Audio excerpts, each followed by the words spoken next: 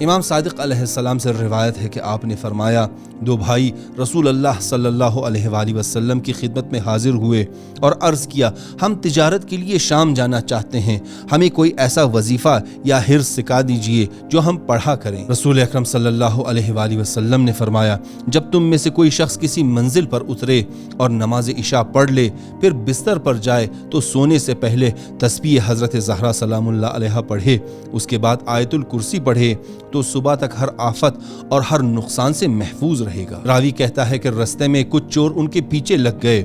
جب رات کے وقت دونوں ایک جگہ ٹھہرے تو چوروں نے یہ دیکھنے کے لیے کہ یہ سو رہے ہیں یا جاگ رہے ہیں ایک غلام کو بھیجا۔ وہ غلام آیا تو اس نے دیکھا کہ جس جگہ وہ ٹھہرے ہوئے تھے وہاں پر دو دیواریں قائم ہو چکی تھی۔ وہ غلام ان کے ارد گرد گھومتا رہا، مگر جدھر سے بھی دیکھتا ان دو دیواروں کے سوا کچھ نظر نہ آتا۔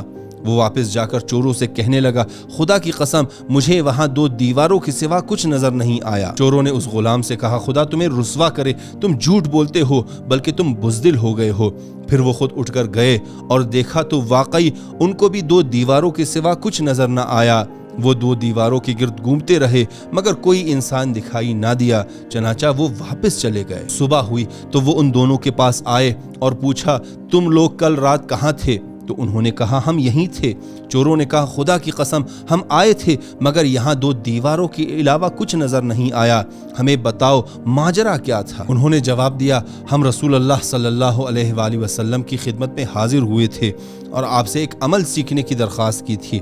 آپ نے ہمیں آیت الکرسی اور تسبیح حضرت زہرا سلام اللہ علیہا سکھائی تھی اور ہم نے رات کو وہی پڑھا تھا۔ یہ سن کر چوروں نے کہا، جاؤ خدا کی قسم اب ہم کبھی تمہارا پیچھا نہیں کریں گے اور اس کے بعد کوئی چور تم تک نہیں پہنچ سکے گا۔